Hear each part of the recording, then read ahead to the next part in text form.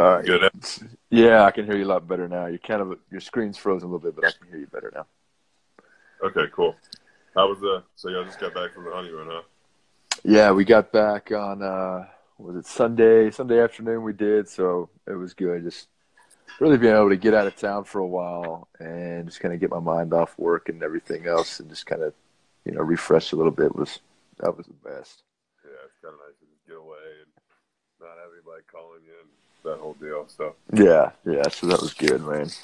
yeah, I remember ours. Ours. You just don't have anybody calling you, nothing like that, and so it's nice. Mm-hmm. Yeah, being able to put that phone down as much as I'm on it throughout the day, that was the biggest thing, just putting it down. Yeah, I feel you. Um, so, was wanted to get you on this. Obviously, you're a guy that played, pretty high level baseball, pretty high level sports, and obviously had dealt with some injuries. Right. We'll go over that here in a little bit. But Okay. kind of for anybody that ends up watching this, live or when I record it, just give everybody an idea who you are and how you got to this point. What kind of track through baseball. Yeah.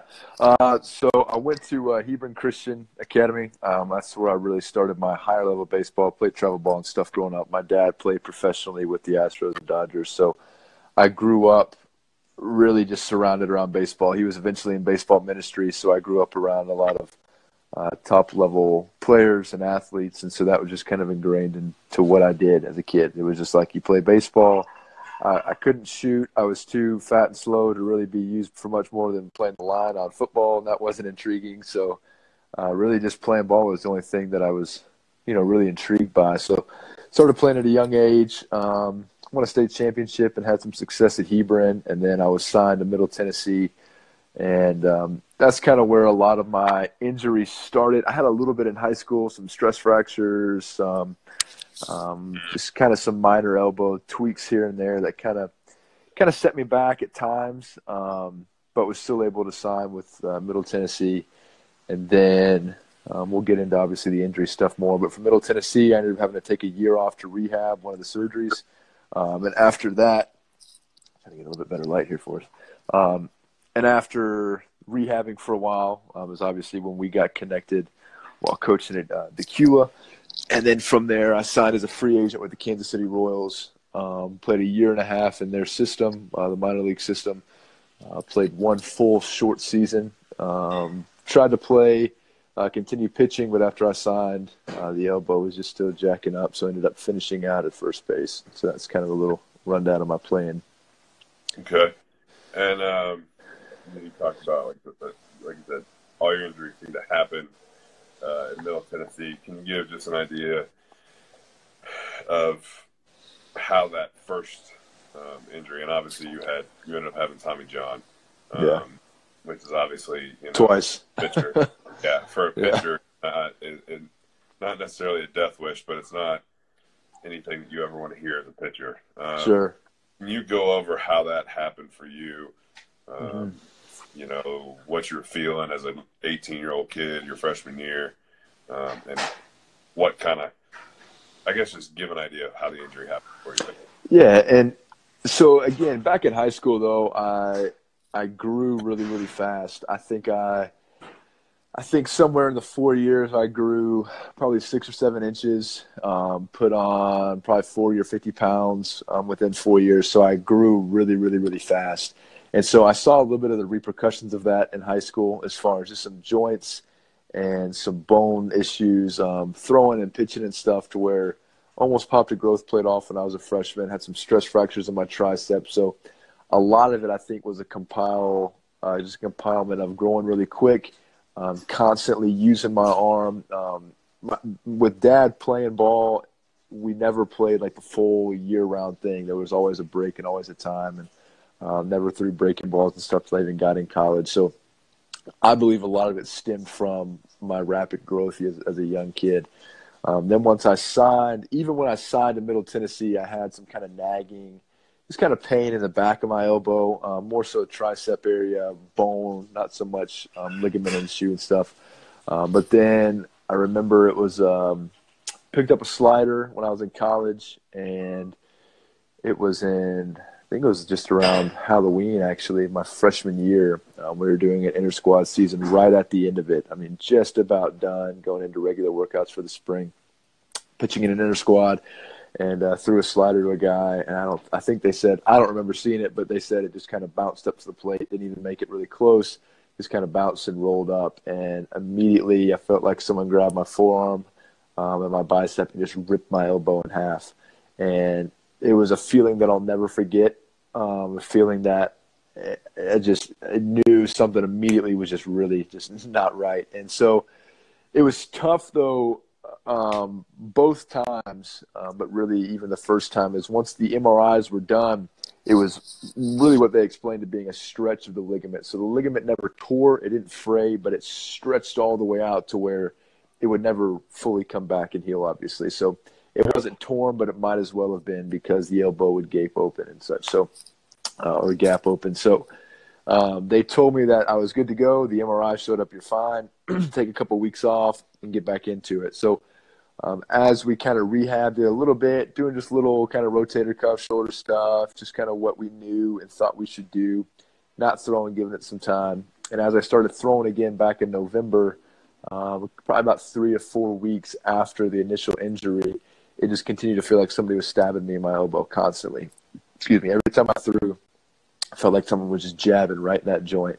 And I was telling our trainers, telling our pitching coaches, I said, I'm telling you guys, something is just not going on right here. And so basically went into the doctor, went over that with him again, and he said, well, really the only option we got is to put you to sleep, to do a bunch of stress tests on it because your body will resist while you're awake.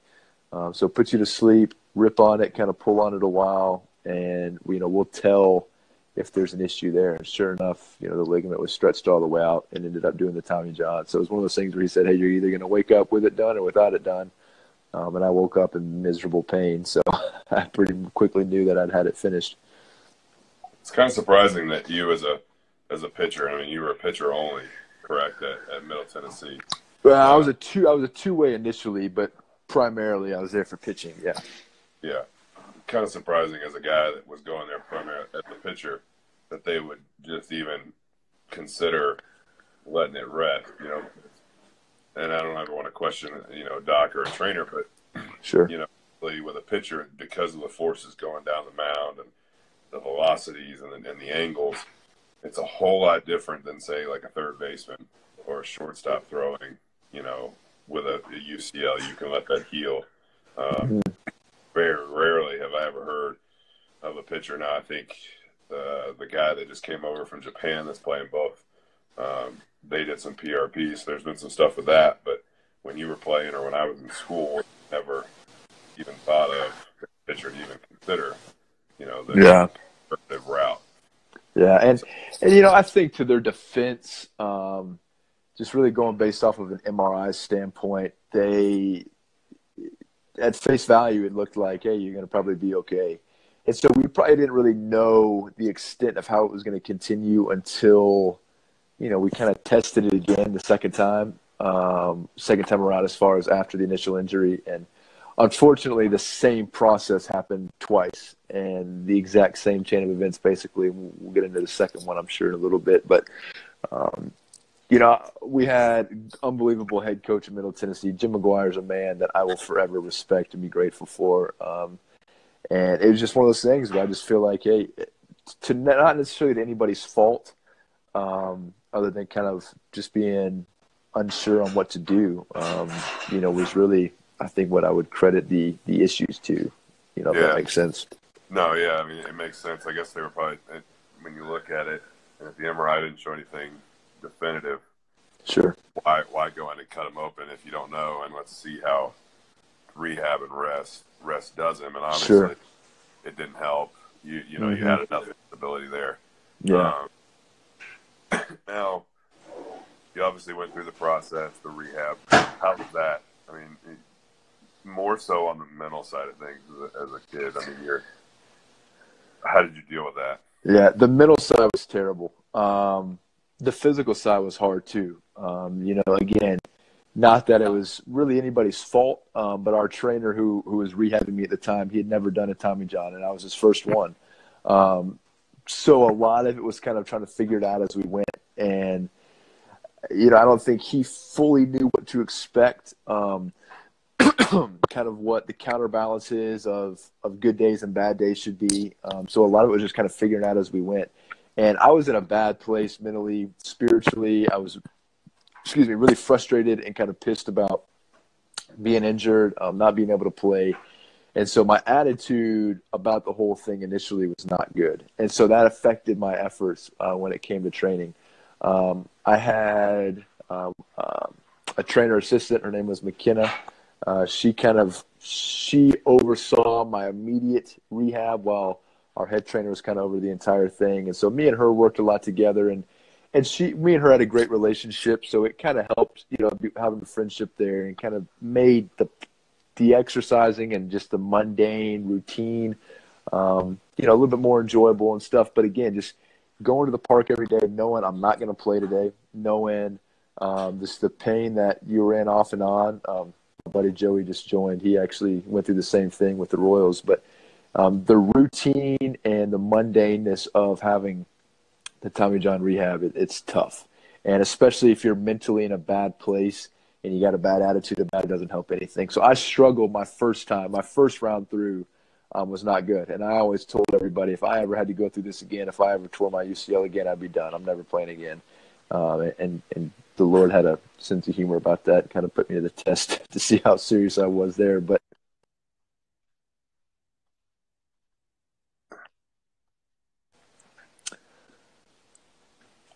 Yeah, I don't think a lot of people that have been that either have gone through athletics and were lucky enough to not get injured, or don't understand, not an athlete at all, don't understand that rehab, that you're in there daily, and it's almost the same thing every day. I mean, early on, it is the same exercises over and over, and so that can get really boring, really, and just can mess with you.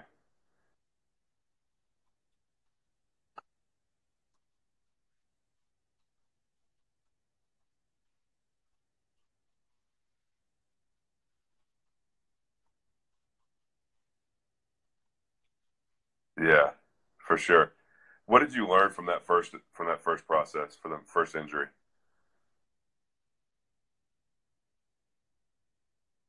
You there? yeah, you Okay, cool. It was kind of getting a little out of service. So yeah. As far as a rehab standpoint, a training standpoint, or what? Uh, I mean, just as a person, anything in that first rehab, what did you really learn? I think one of the things I learned a lot was probably how much I'd taken for granted the ability just to be able to play. I took for granted,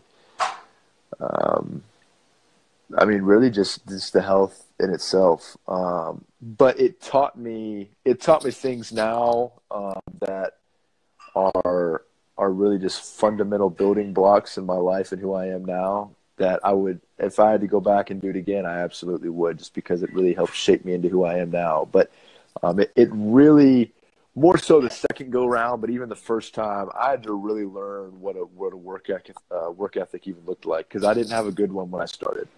Um, Going into school the first semester, and so I was lazy. My diet was awful. I just had a lot of bad habits. I never really worked out. I did it because I had to. Even my rehab, I did a lot because I had to, not because I wanted to. And so it really taught me the importance of working hard, and going through it a second time and having the second Tommy John and the second rehab.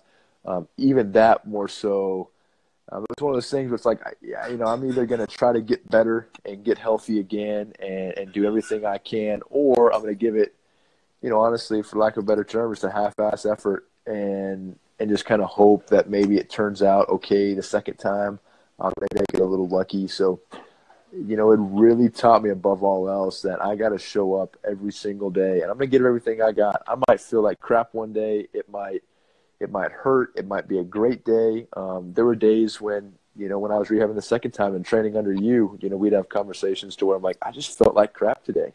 And it could be a combination of your sleep, your diet, all sorts of stuff. But, I was like, I got to show up and I got to work as hard as I possibly can today because nobody else is going to do it for me. And nobody's going to, no one's really standing over you and watching you. If you don't do it, so what? It's one of those things where my work ethic was the biggest thing that came out of having to go through all those. Yeah. Now, obviously, you keep talking about the second one. How did that come about? How did they decide, what brought about the second surgery, I guess? I honestly think that a full healing of the first one didn't occur. After going, even playing professionally and kind of seeing the rehab on a professional level, I think being pushed a little bit too hard out of the gate had a little bit to do with it. And again, nothing against the coaching staff or trainers or anything at Middle Tennessee, but I just don't think we addressed it the first time correctly. I don't think we really knew what we were trying to address. We knew that we were trying to rehab a Tommy John surgery. I just don't think we fully knew exactly how to go about doing that properly, how to adjust to painful days, how to adjust to just kind of nagging issues that were kind of dragging us back a little bit. And so I think that trying to force a little bit too much during that first one, I never fully recovered into the second one. And there were times before I even blew out the second time. I mean, if I pitched, say on a Friday night or something, I could barely touch a ball on a Saturday. Sunday, I could maybe make it 60 feet or so. And, Monday and Tuesday, I was back to around 90 feet, and, I'd throw in a midweek game or something. It's kind of that pattern back and forth of never fully recovering even from, the games I would play and stuff. So I think that was the biggest thing that caused the second one is my body just never healed the first time, honestly. Now,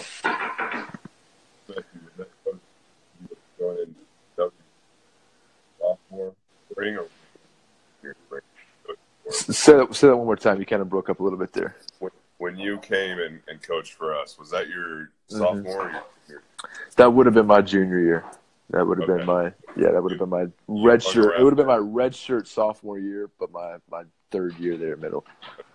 So you hung around at Middle Tennessee for your sophomore spring, and then you came back and did surgery and everything, kind of back in Gwinnett, right? Well, I had the surgery. I blew out kind of towards the end of my redshirt freshman year is when I had the surgery again. So I think I had the surgery, and a week after I had the surgery, I got out of my initial cast and stuff, and then like a couple days after that, we came home. So it was pretty much right at the end of the season. By the time the injury occurred, we didn't think it was torn again, so we went through a whole bunch of testing to see. We went through basically conferences with our coaches, our staff, my family, to decide ultimately what we wanted to do. The process was a while. So right after I got home, basically, and came and started coaching with you guys was just a few months after I had been out of surgery. I couldn't remember. I knew you'd been home over at the hospital and over there with that.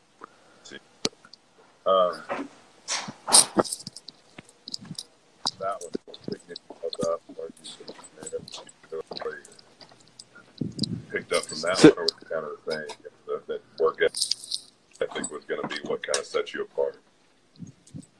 Say that, kind of go through that one more time. I'm sorry, you're kind of breaking in and out there again. No, so the second year from that one, is there anything that you remember from that time that you learned from that rehab? That the second rehab was the most important one to me. The first one, I think it taught me a little bit, but I really just tried to, cheat the system probably as much as I could. And so the second one is really where a lot of my work ethic and my drive, because that one I was rehabbing was when I was back home. So I didn't have a training staff. I didn't have a coaching staff. I didn't have people basically checking in with me. I had a trainer here that I was working with. But other than that, I didn't have teammates. I didn't have people pushing me every day. So it was one of those things where I got to wake up and I got to go to the gym. I got to go to the hospital to rehab. I got to go do whatever I can to possibly get healthy. And it was totally up to me at that point. And so it took a lot of resources that the Lord kind of threw in my lap to help proceed in that rehab. Guys like yourself that physically in the gym and even in my programming helped get me as best as I possibly could in physical shape to help with the rehab process. So the second one is really what shaped me and what really put a lot of I'd just say the qualities again and the building blocks that I have fundamentally in my life that really came about the second time more so than the first one. Yeah, to give everybody an idea, he coached for us, coached our JV squad, JV baseball squad, and so you're in dugouts for 2 hours at a time, 3 hours at a time, and you get to talking, and we kind of hit it off, and we talked a lot about training. You were starting to work out, lifting, and we talked about that a lot, and then you obviously about midway through, you started talking about the Royals, possibility with the Royals. Yeah. Signed on with a free agent with them, correct? Yep. And then they finished your rehab kind of there in that summer, right? Correct. Yeah. So signed as a free agent in June of 2016. So I had a little bit kind of the rehab left once I got out to Arizona. And in doing so, I stayed basically in rehab that first short season out there, that full summer. And that's when even again, trying to pitch, I never made it back onto the mound after my second Tommy John. It was just, you'd have one good week and then you'd have 4 bad days and you'd have 4 good days and you'd have a bad 2 or 3 days. And it was just this constant up and down that was very, very inconsistent. And we just sat down and I was like, I just don't know if I can pitch anymore. And we kind of knew going in that there was a possibility that they would be gracious enough to allow me to have one shot basically at first base, and by the grace of God, my ability to hit and field and all that kind of stuff was it came back very quick. I'm not being out of it long, and going into signing as a free agent, I was already practicing that even just with the high school team, taking ground balls and taking batting practice and hitting it and really training that position, knowing it was a possibility if my arm wasn't going to fully recover. So basically, we made that decision to where, hey, it's not looking good. And they basically said, hey, we're just going to give you a chance. And, it took me a year. It took me 1 full season in professional baseball. And I was just so beyond thankful even for that small opportunity to get to play just based on them allowing me to move positions for a year. Yeah. I know you were talking about that right before we left. And that was pretty excited about it. Mm-hmm. Right. Having a little bit of pain and,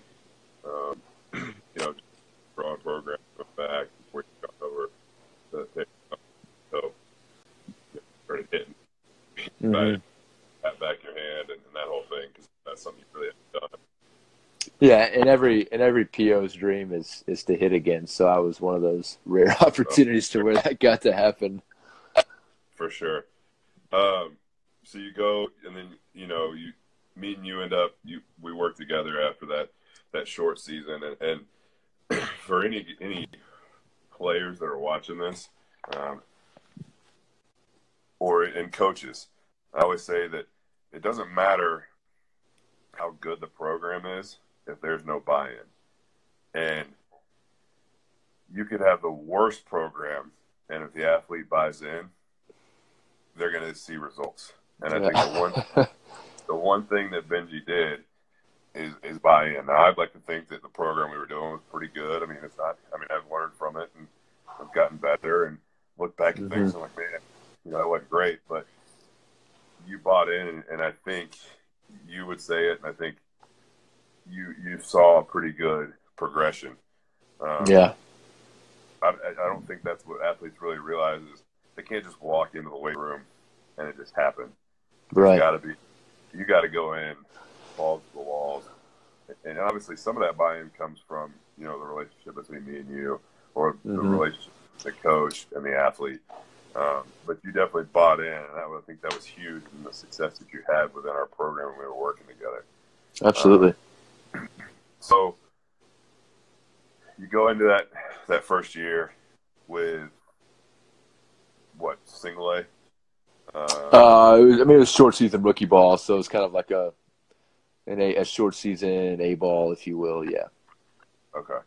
Um, just what was pro life or the minor league baseball life like?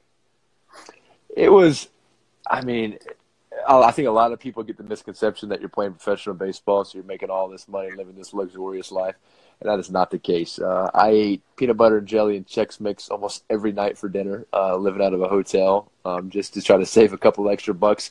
The teams, Kansas City is one of the top-notch organizations I think there probably is in baseball, period. They took unbelievable care of us where we stayed. The food we ate at the ballpark was top-notch. But when it came to living on your own, or kind of your own time, guys who had some signing bonuses, would go out and eat some good meals. But you live cheap and you learn to love it. You sit in a hotel room a lot because really your life and your day revolves around playing and training. So you're at the park early, get back mid-afternoon, and you binge watch a lot of Netflix. You watch a lot of TV, and you just sit in a lot of hotel rooms. But the camaraderie of guys, the atmosphere of just some close teammates and lifelong friends you'll make. One of the guys actually, one of our teammates came and was living with us this last offseason, moved down to Georgia and was staying with our family. And so you build these lifelong friends. Traveling is amazing. You get to visit and see so many incredible places. So sports took me around the country. It put me in touch with some of the greatest guys you'll ever meet, and also put you in touch with some of the craziest guys you might ever meet. But it's something I would never trade. I mean, it's an experience that as a kid, a little bitty kid, picking up a ball at T-ball practice for the first time and knowing that you were one of that point whatever percent that got to make it professionally. And then there's that 0.0% that make it even to the big leagues. It's being in that very small percentage it was just an unbelievable blessing. And you learn a lot. It's really something that it's really hard to explain unless you've really been there. But yeah, I mean, there's memories there that I'll never forget, never take for granted. I still remember shooting texts back and forth with you, and just you just seem to be living it up in terms of just enjoying it, playing baseball. Yeah. Trying to you hit a bomb, hit it off the wall, and you thought it was gone, and yeah, had a double, yeah, goal, and those kind of things. So, now you come back after the season, and we start training, and I remember just how hard it was. You telling me it, but what was I mean, obviously you played the 1 year, and then things kind of went south for you there. Give everybody an idea what happened, and what kind of ended baseball for you there. It's just a culmination of a lot of things, honestly. The physical side being huge. Of the elbow again, it just really started giving me problems. My teammate I mentioned who was living with us, he was a pitcher, so it was multiple days a week we were out throwing, and I was throwing with him, trying to keep him in shape. Then he would flip to me to hit, and the elbow just continued just to nag, and it kept getting worse and worse, and it was bothering me constantly. And we talked about it. You and I had talked about it. I talked to another trainer who had been ahead of my rehab a couple of years ago. Talked with her, and finally talked to Kansas City and flew out and saw their doctors, and they basically believed it was torn for the third time. So they think currently that there's some fraying or tearing or something that's happened to get in there. And he basically said, look, one of the only ways that you are going to find success physically down the road is if you don't throw anymore. You got to be done, basically. And so that was one of them. So it was kind of a mutual thing of knowing that, hey, I want to play catch with my kid one day. I want to have a functional moving arm to where I can continue to lift and to train.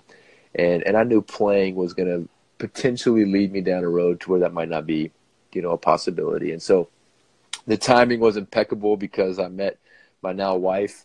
We started dating, and things moved very, very quickly, and knew that I wanted to marry her. And financially, making a couple $100 a month, really her dad probably wouldn't have approved as quickly. So that was, a lot of stuff kind of, I think the Lord allowed a lot of stuff to happen all at the same time that made the transition out easier. that kind of helped push my decision to.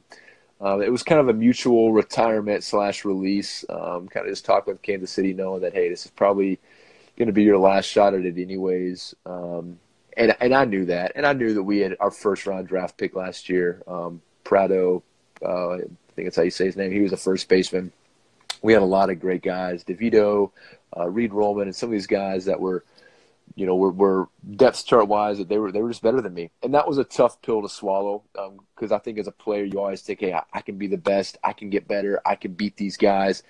And honestly, you just keep moving up in the level of which we were playing, and there's guys better than you. And that was just the reality of it. There's guys just a lot better than I was. And so noticing that, kind of the pain in my arm, and then knowing that I wanted to get married, kind of all of it played out, really, really well together. It was just a big God thing, honestly. But that was kind of led my transition out, though. Okay. And then, obviously, you got married. What are you doing now? What's next for Benji? Yeah. Well, as we were training, obviously, we had a lot of back and forth about training methods. And CrossFit was something that I was intrigued by a little bit while I was with Kansas City, and had done it a couple times. I just kind of thought it was a fun, different way to train. And so once I got released, once I was done playing, not that it was hard for me to get in the weight room and lift every day, but as a competitor and a player, I missed that drive, even just the adrenaline rush at times. And I tried out a couple classes with my mother-in-law and my wife. They started doing it. My mother-in-law's done it for a while. My wife, she got back from playing collegiate volleyball, and she tried it out a little bit. And I wanted to work out with them, so I was like, let's give this thing a shot. And I loved it. I loved not being good at it because it forced me to really work and train to get better at it. I liked not being good at it, honestly, because it really gave me a drive to work on things. And there's just a little bit of the competitive feel that I love. I love being able to try to beat somebody, guys, men and women alike in the gym, that you just weekly, you kind of see progression to where the ones who are really, really good, you're catching up to them, then you're kind of beating them, and then, you get to compete back and forth. But there's a great community of people. So that's kind of where we're at now. We're training CrossFit. I found a job working with a contracting company, which has been great. So transition out of sports, but keeping the competitiveness, keeping my training and my dieting now is far greater than it ever has been, honestly. So once I got done playing, I really even got more serious about my training and dieting and the way I take care of my body. A lot of that accredited to my wife, and just the way that she pushes me, the way that she trains as hard as I do, the way that she desires to just to constantly have a healthy diet. So that's where we're at now, man. We're married. We're working a real job, but we're continuing our training, and our health and wellness is still our top priority. So that's been really cool to keep that. That was always something I saw when we were training and working with you, and you kind of took it as like the lift that you kind of loved was like the deadlift. Yeah. We worked. Oh yeah. When you first started, you were like, damn, you're just like, man, I'm very good at this kind of deal, and then I pulled 5 something the other day, and I'm like, man, he's come a long way compared to where we were. Yeah, man. I remember when we started, I think my max was like 350. I watched a video I had at a buddy's house, and it was like 365. And I remember that was the most miserable thing. And I looked at my form, and it looked like the most miserable thing you'd ever seen. And so I was like, Mitch, is this something we got to get better at? And yeah, so I pulled a 515, a couple weeks ago. And so, yeah, that was that was pretty thrilling, honestly. And for 6'5", 6'4", pulling 5 on a straight bar is pretty impressive. I appreciate it. Obviously, there's the big elbow injuries, shoulder injuries in baseball, especially youth league. What is something that you look at and wish you maybe would have done a little bit differently coming up?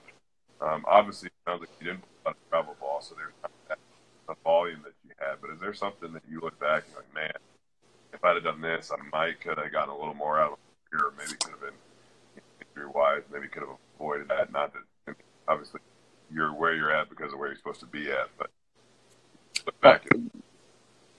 Yeah, I think I wouldn't really train as far or trade or change the way I was taught to play. And again, my dad playing and being around a lot of athletes really didn't let me overexert myself. But if I could go back and change one thing, it would be how much I really worked and cared about it. I wasn't a really driven kid. I didn't really work for it. I didn't really put in extra effort. I practiced when we had practice. Me and my dad would occasionally go out and hit and throw when I needed to. But it was hard for him to get me motivated to want to do a lot of it. I was naturally pretty good, and that took me a long, long, long way. But it really caught up to me. I think that I started noticing. Even I was looking back, we're kind of reminiscing a couple of days ago about how if I could go back and work harder and really care about the effort I was putting in, that's what I would change.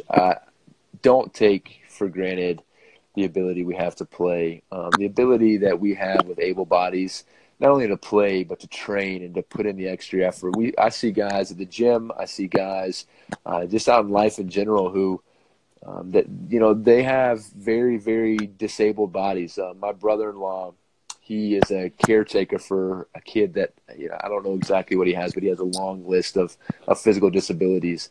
And he has a little hand bike that's about all he can do is move his arms. And he pedals 20 miles a day on this hand bike. And that kid right there, he cannot move really much past his arms and his head, maybe a little bit. But he busts his ass every single day. And having able bodies and willing to get up and to train and to do what we can to better ourselves, that's something that I would go back and I wish I would have learned that at a younger age, because there's a lot of kids and a lot of players who will miss out on opportunities to pursue their dreams on a grander scale because they won't put in a little bit extra work. They won't really work for it. And that's something that I regret heavily, that I didn't do more when I was younger. Yeah. You kind of see that it could take the next step if they would just put a little extra.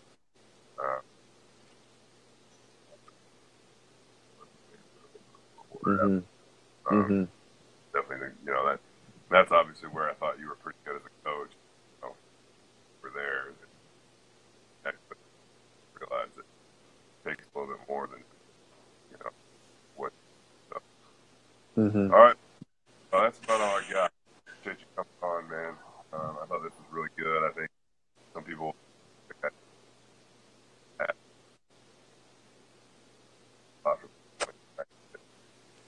process what it takes to kind of with the injury and then get back from. So.